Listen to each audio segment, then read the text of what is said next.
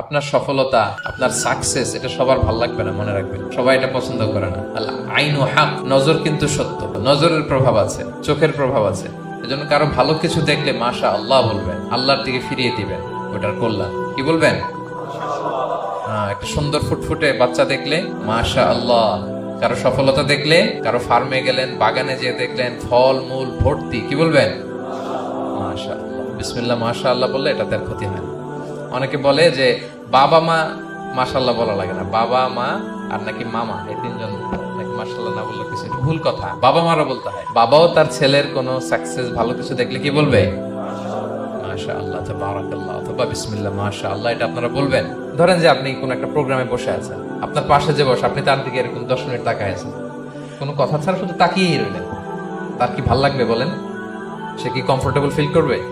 সে ভয় পাবে, সে ভয় পাবে, অস্বস্তি ফিল। আপনি কিছুই করেন নাই, না তাকে টাচ করেছেন, না ধরেছেন, ছুঁয়েছেন, কিন্তু শুধু তাকিয়ে আছেন। দেখেন নজরের কি প্রভাব। আল্লাহ আইনু হক, নজর সত্যি। এজন্য কারো সাকসেস দেখলে আমরা সবসময় যেন মাশাআল্লাহ বলি। মাশাআল্লাহ ঠোঁটের সাথে মিলিয়ে রাখবেন। ভালো দেখলে কি বলবেন? মাশাআল্লাহ, মাশাআল্লাহ, বিসমিল্লাহ মাশাআল্লাহ, মাশাআল্লাহ, তাবারাকাল্লাহ, এটা বলবেন।